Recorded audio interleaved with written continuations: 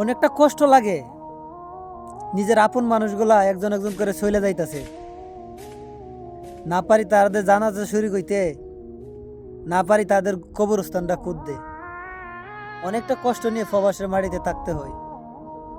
কি প্রবাসে আসলাম, নিজের আপন মানুষের জানাজা তো শরীক হইতে পারি না।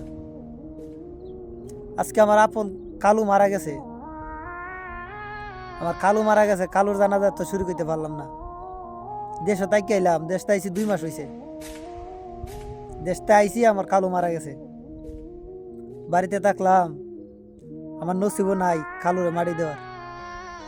যাক, দোয়া করি তার জন্য। আর সবাই দোয়া করবেন আমার কালুর জন্য, যেন আমার কালুর আল্লাহ বেশ নসিব করে।